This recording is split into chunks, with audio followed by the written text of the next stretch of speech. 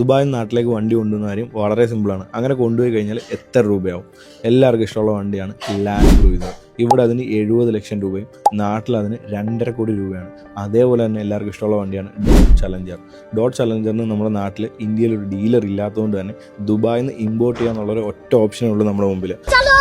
33 ലക്ഷം രൂപയ്ക്ക് മുകളിലോട്ടുള്ള ഒരു foreign car ഇന്ത്യയിലേക്ക് ഇമ്പോർട്ട് ചെയ്യണമെങ്കിൽ കുറഞ്ഞ നമുക്ക് 100% ടാക്സ് കൊടുക്കും.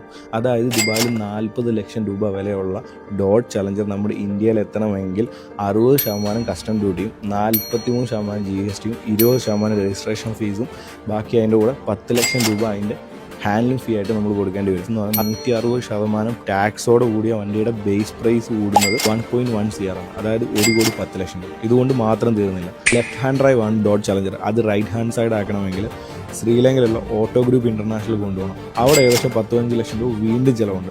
അതിനുശേഷം അവിടുന്ന് വീണ്ടും ഇന്ത്യയിലേക്ക് ഇമ്പോർട്ട് ചെയ്യണം. അതിനുവേണ്ടി വീണ്ടും നമ്മളൊരു 15 ലക്ഷം രൂപ ഇറക്കണം. അവിടെ എത്തിയിട്ട് നമ്മൾ ഇൻഷുറൻസ് ടാക്സ് എന്ന് പറഞ്ഞ് വീണ്ടും നമ്മൾ ചിലവ്.